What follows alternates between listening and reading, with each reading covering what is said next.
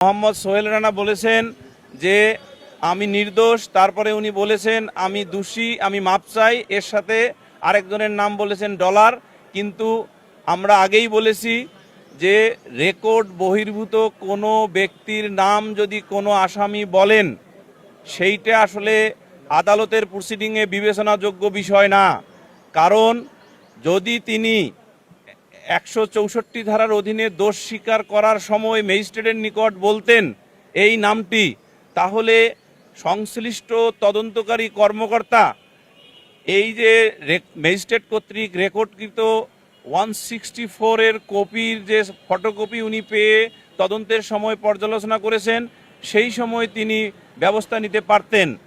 এ থেকে আরেকটা জিনিস প্রতীয়মান হয় যে যারা হ্যাবিচুয়াল অফেন্ডার তারা তদন্তের সময় অথবা বিচারিক যে কোনো পদ্ধতির যে প্রসেস, সেই অর্থাৎ বিচারিক বিভিন্ন স্টেজে গিয়ে বিভিন্ন ধরনের কথা বলে বিচারের কার্যক্রমকে ডিলে করা এবং জনগণের মনে এক ধরনের বিভ্রান্তি ছড়ানোর চেষ্টা করার একটা অপচেষ্টা।